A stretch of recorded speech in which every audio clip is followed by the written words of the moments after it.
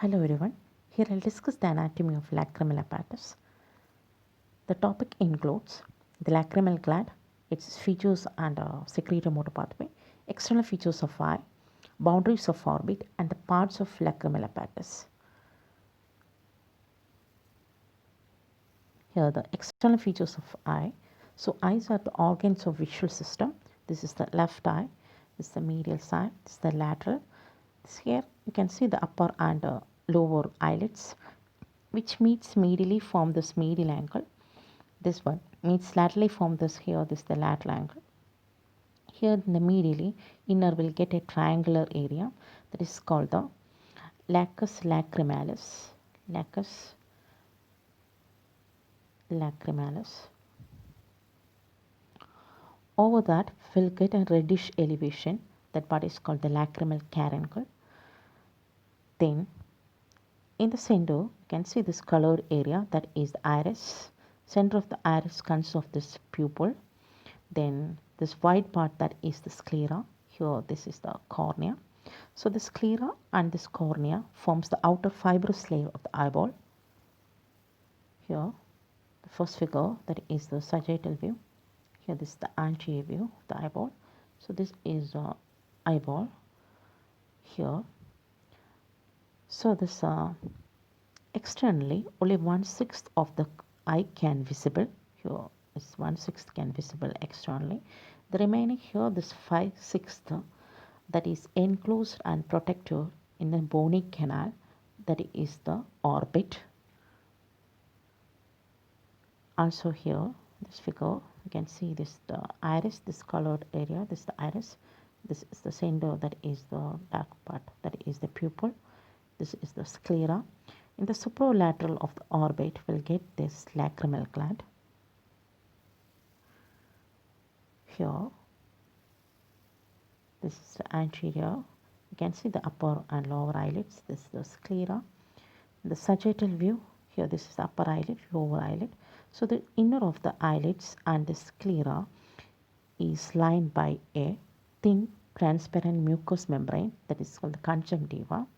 The part of the conjunctiva which lies inner of this eyelids that is the palpebral conjunctiva, which is closely adherent to the lids, and this region is highly vascular. The part of the conjunctiva which lines the sclera that is the bulbar conjunctiva, which is loosely attached to the sclera. Here you can see this is the sclera here, this is the cornea, this forms the fibrous layer of the eyeball, outer fibrous layer. See here, this is the conjunctival sac where this palpebral and this bulbar conjunctiva meet superiorly and inferiorly, forms that part is the superior and inferior fornix.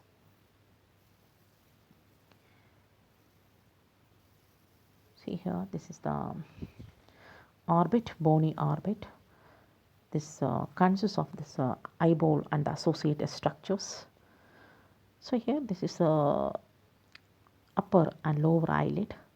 Okay, so the eyelid is covered externally by this skin will be there, then the subcutaneous tissue, then next we'll get the muscle layer, muscle fibers, then deep to that we'll get a fibrous tissue that is the superior and inferior tarsal plates or the tarsus. This tarsal plates meets medially and forms a fibrous band. This one is the medial palpebral ligament, and meets laterally and forms this lateral palpebral ligament. The medial palpebral ligament is attached to this lacrimal crest of this bone that is the maxilla. Then here this lateral palpebral ligament is attached to the tubercle of this bone that is the zygomatic bone. Okay. Here the orbit and its boundaries. See, this is the orbit.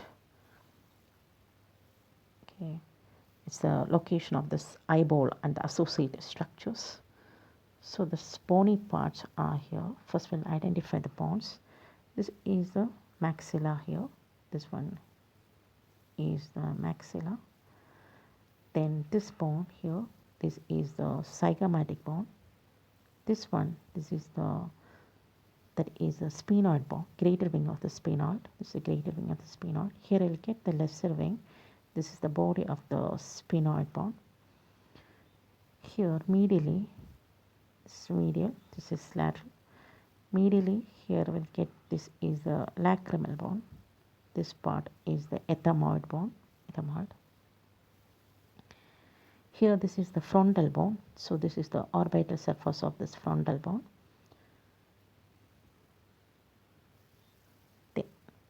Here also this boundaries of the orbit. See the orbit, this is the enlarged view. So this is the roof of the orbit. This is the floor. This is the lateral wall. This is the medial wall. Here we'll get the nasal bone. This is the medial wall. Then there is an apex which points posteriorly. There you can see this optic canal. Then can see the base which directs anteriorly. There you can see the superior and inferior orbital margins. Then coming to this boundaries. Here the roof, this yellow color, this bone, that is the frontal bone. So here this is the orbital part of the frontal bone. Then here this is the lesser wing of the sphenoid. Sphenoid is in that pink color. Then lateral wall, here this blue color shaded area, that is the zygomatic bone. Here this purple color, that shaded part, is the maxilla. Here this green one, that is the lacrimal bone. Here this orange one, that is the ethmoid. This is also the part of the sphenoid. So coming to this lateral wall boundaries, there is the orbital surface of the zygomatic bone. This one is the greater wing of the sphenoid. Then here this is the zygomatic process of this frontal bone. Medially, this is the frontal process of this maxilla. This is the lacrimal bone. This is the ethmoid, and this one is the body of the sphenoid. This forms the medial wall. Then floor, you can see the orbital surface of this one zygomatic bone. This is the maxilla. Then also here we'll get the orbital process of the palatine bone.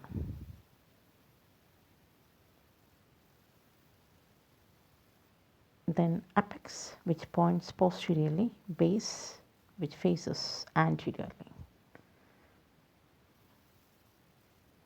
Here comes the lacrimal apparatus. So this lacrimal apparatus includes this lacrimal gland. Okay, secretions of this lacrimal gland, that is called the lacrimal fluid or the tear fluid, which lubricates and protects this eyeball. The lacrimal fluid gets drained into this lacrimal puncta, lacrimal canaliculi, lacrimal sac, then to the nasolacrimal duct, and opens into the inferior meatus of the lateral wall of the nasal cavity. First we'll see about this lacrimal gland here. So lacrimal gland locates in the supralateral of this orbit. You can see the part of this bony part, orbit. It consists of two parts. This is almost almond shaped. Its length is 2 centimeter. This larger part, superior, that is the orbital part. This lower, smaller part, that is the palpebral part. Then two parts are separated here. It's a muscle, can see this is the levator palpebrae superioris. But in the laterally, this orbital part is continuous. Here in this laterally, the orbital part is continuous with this palpebral part, like this. In the middle, you can see this levator palpebrae superioris muscle. This exocrine gland, you can see this ducts are coming from this gland, opens into this conjunctival sac. So there are average of 12 number of ducts are there. 8 is from the palpebral part, 4 is from this orbital part. Then here also, this is the supralateral, that get the lacrimal gland. From there, the lacrimal ducts comes and opens into this conjunctival sac. Here you can see this the lacrimal punctum, which leads into this canal, lacrimal canaliculi, lacrimal sac, and the nasolacrimal duct. Then this So the secretions of this lacrimal gland, that is the lacrimal fluid, or this one, or the tear fluid. So there are a lot of factors which helps in the drainage of lacrimal fluid from the lacrimal gland to this lacrimal sac. Okay, first one, that is the capillary action of the film of the fluid. The second one, that is the blinking of this eyelids. Okay, when this palpebral part of the orbicularis oculi muscle contracts, blinking occurs. This also helps in the inward turning of this lacrimal punctum, inward turning of the punctum. Then additional to that, there are some grooves there in this conjunctival sac and this inner of the eyelid, okay, which also helps in the drainage of this lacrimal fluid from this lacrimal gland to this lacrimal sac. Okay. Here we can see here, this is the lacrimal punctum, this opening, this aperture here. From there, this is the canaliculae, these are the channels. So superior and inferior canaliculae are there. The direction of the superior canaliculae, see here, it is upwards, then downwards and medially. Inferior canaliculae, this one is downwards and horizontally, which forms through here. This is the lacrimal sac. This length of the lacrimal sac, that is 12 mm. The lacrimal canaliculae, that is length is here, lacrimal canaliculae length is 10 mm. Then this lacrimal sac here, superiorly it is a blind sac, inferiorly it continues as this nasolacrimal duct.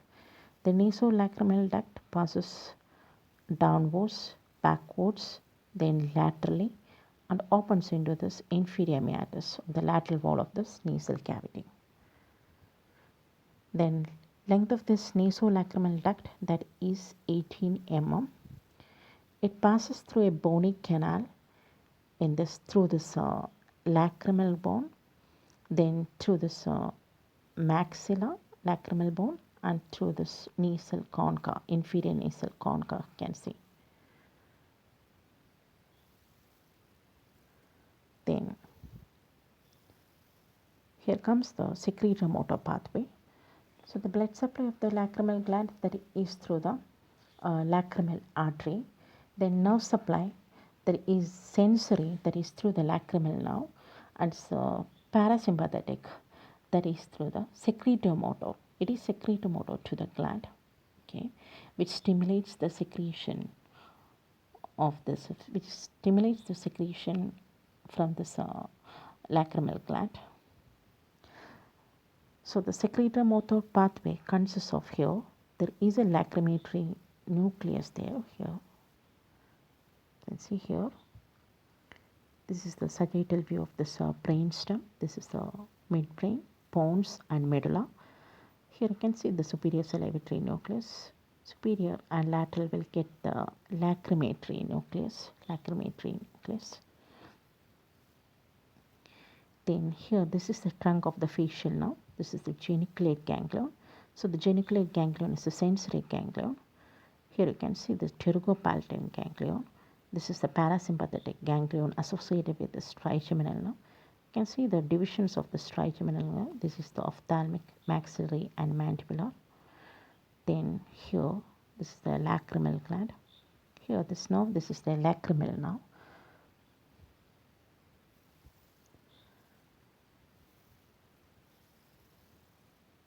So this parasympathetic, that is secretomotor to the gland, which stimulates the secretion. This secretomotor pathway consists of here, there is a preganglionic fibers from this lacrimatory nucleus to this sphenopalatine or the pterygopalatine ganglion. From there, the postganglionic fibers to the lacrimal nerve to this lacrimal gland.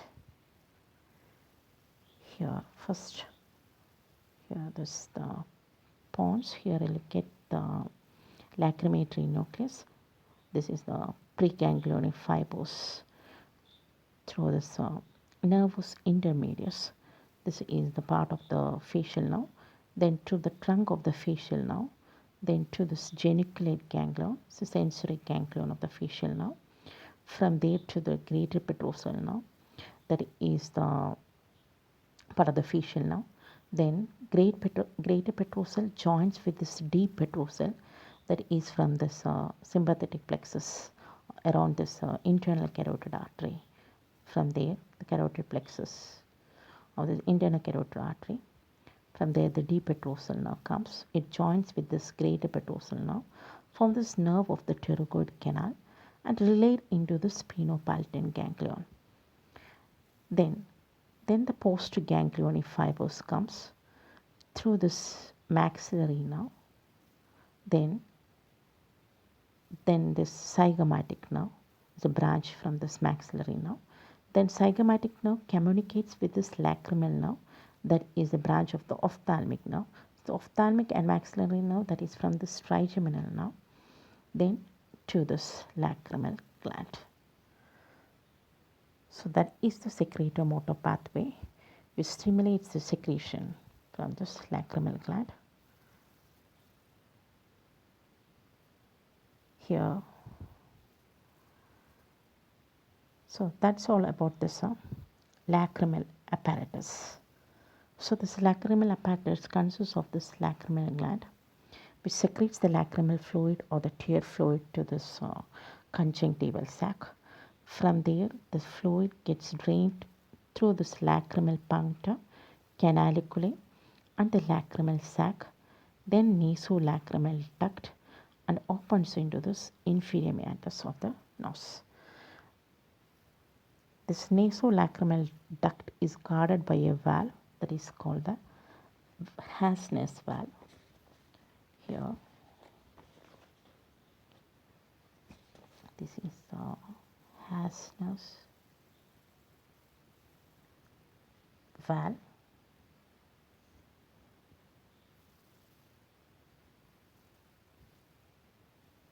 That's all about the lacrimal apparatus. Hope you understood.